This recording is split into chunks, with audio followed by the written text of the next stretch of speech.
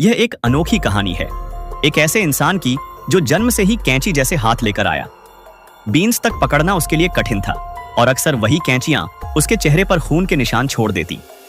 उसके पिता, जो एक महान आविष्कारक थे, उसके हाथ बदलना चाहते थे, लेकिन थकावट से अचानक उनकी मौत हो गई।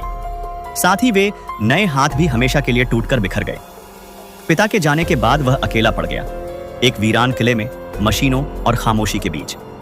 लेकिन किस्मत ने करवट ली। एक दिन गलती से एक सेल्स गर्ल उस किले में आ पहुंची। पहले तो वह घबरा गई, क्योंकि उस अजनबी के हाथों में थीं तेज तेज कैंचियां।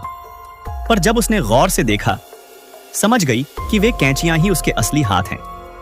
उसकी मासूम नजरों ने लड़की का दिल पिघला दिया और वह उसे अपने साथ घर ले आई। घर जाते हुए वह आदमी खिड़की से चिपककर बाहर की रंगीन दुनिया को हैरानी से देखता रहा। एक साइकिल देखकर ही वह बच्चों की तरह खुश हो जाता। घर पहुंचकर उसने पहली बार महसूस किया कि परिवार नाम की भी कोई चीज होती है। गर्माहट से भरी रोशनी और दीवारों पर टंगी तस्वीरें देखकर उसकी आंखें भर आईं। धीरे धीरे लड़की ने उसे जिंदगी जीना सिखाया।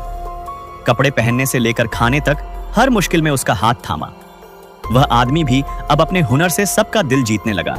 कभी सॉसेज सेंकता, कभी झाड़ियों को खूबसूरत आकृतियों में बदल देता, यहां तक कि लोगों का हेयर कट करने लगा। जल्द ही पूरा मोहल्ला उसकी कला का कायल हो गया। लेकिन हर चमकती चीज सोना नहीं होती। कुछ लोग अब भी उस पर शक करते रहे। गलत फहमी और षड्यंत्रों ने उसे मुसीबत में डाल दिया। पुलिस तक ने उसे पकड़ लिया।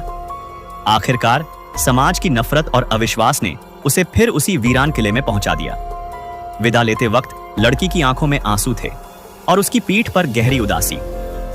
सालों बाद भी जब जब क्रिसमस पर उस छोटे से शहर में बर्फ गिरती है, लोग कहते हैं यह बर्फ उसी आदमी की याद है। वह अपनी कैंची जैसे हाथों से आज भी बर्फ के फूल बनाता है और उस लड़की की गर्माहट को हमेशा अपने दिल में संजोए रहता है।